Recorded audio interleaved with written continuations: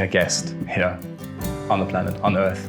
I think most of us are taught that it's respectful and it's a sign of gratitude that when you're a guest in someone's house, then you try to leave the space better than you found it.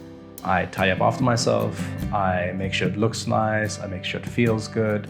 And so at some point, I definitely won't try to pretend that I was like this from the minute I was born. I definitely went through a very rebellious, very selfish teenage phase, but I suddenly became aware of the fact that I would like to play a pro-social role in the community of life. I would like to make the world a better place, and it's the same reason. I'm a guest here, and my host has given me something really beautiful. I'd like to leave it better than I found it. So historically, Biomimicry South Africa did education, consulting, and public engagement.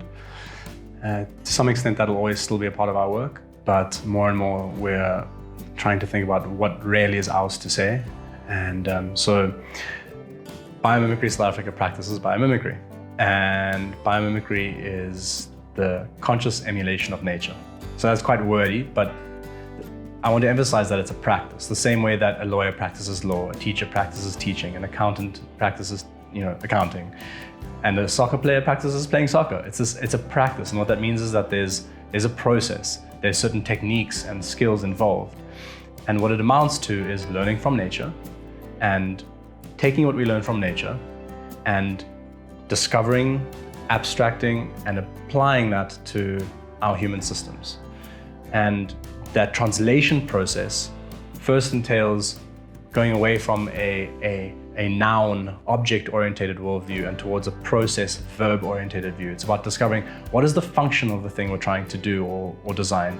And let's understand its functions, because then we can go out to the natural world and we can try to find those functions. Because nature doesn't, if I say to someone, someone comes to me and says, I want to design a better water bottle. Nature doesn't design, we can't find a water bottle in nature. But if someone says to me, the function I'd like to achieve is storing and transporting water, I can go into nature and I can find organisms that do that transport and or store water. So that's the starting point. And it's not about trying to take that and then immediately just plug it into our world. It's about the analogy, about the metaphor. So ultimately it comes back to the storytelling. What story can I tell about how the natural world works and how can I apply that to my human system? Right, number one, this question of what do we value? Human values on value. It's the most important thing because the economy is our driving force behind everything. And it's not working, it's doing the wrong thing. It's pernicious, it's a real challenge to try and create any kind of force for good when the whole system is geared towards just extraction. And there is no reforming that. There is no tweaking it a little bit. It's fundamentally flawed, but we have the solutions. This is not an intractable problem. So exploring human values on value, getting ourselves and groups of people to realize, okay, but what we actually value is not the thing that we're optimizing for. The second thing that we need to do is ecosystem restoration. We need to be a part of the process of repairing the systems that support life. In biomimicry, we talk about life creates conditions conducive to life. And everything we're doing is creating conditions destructive and disruptive to life. And the more that those support systems erode, the less we're going to be capable of doing good, because we're going to just be, trying to put out fires. So ecosystem restoration on the ground. And the third piece then of what we need to do is we need to build the ability to learn how to do those things. So we need the practical knowledge and tools to do ecosystem restoration and to engage on values and to choose different values and to make decisions towards better values.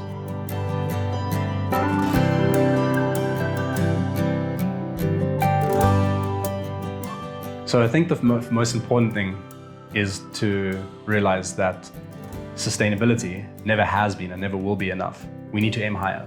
We need to be restorative. We need to be regenerating systems. We can't be aiming at sustainability, number one. We might aim at financial sustainability, but the outcomes are important, are well beyond just sustainability. And realizing that it's really important, if that's an opportunity in itself, then the next thing is to realize that we're in a crisis and we're managing a crisis because the majority of experts these days aren't trained in systems thinking. They come from a mechanistic, reductionist worldview. They are trained through those paradigms. And so we're not equipped to see the bigger problem, to see the complexity of the issue. So the big opportunity is for us to upskill in complexity theory and thinking understanding complex problems. And then the last part is to realize that I think we have to recognize and accept that we're going to be in a crisis. I don't think we're going to get away from. People are talking about, mitigation. And yes, I would like to believe that we can still do mitigation. But my honest and fairly well-informed view is that we're much more towards just having to do adaptation. And I say that it's an opportunity for business because then you won't be behind the curve if you realize that mitigation is not going to do it. So the question is about investment. And I think with all of that as the foundation, we can say, okay, well, the economy doesn't work the way it's currently built. We need to understand how complex systems work. We don't have adequate understanding. We don't have an adequate grasp on the complexity of the problem we're dealing with. Okay, let's find the experts in complex systems. Let's ask them to help us map out what's really going on. Let's improve our sense making around what's really going on. And let's choose not to keep using the current economic model. And then let's decide what we invest in. So that's,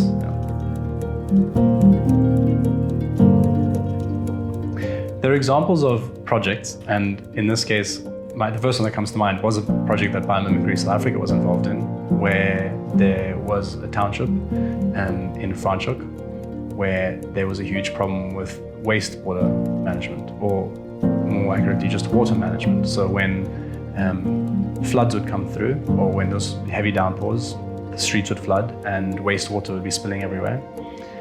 Biomimicry South Africa got involved in designing a solution based on natural systems and how natural systems manage water flows and purify water. And the result was an incredibly effective, robust, low-cost system that works. I mentioned that example because that's an example of, the nuts and bolts, the practical things that we all rely on every day that, as things unravel, are going to start falling apart, and we can't keep relying on centralized institutions to keep them together.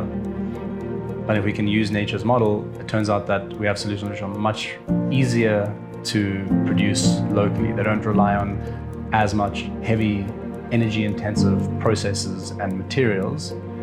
It's mostly about understanding how does the water flow? Where does it go? How do plants purify water? How do plants live symbiotically with bacteria in soil or in rocky ground? And how can we let the water infiltrate there and then be filtered and cleaned? And where does it end up going after that?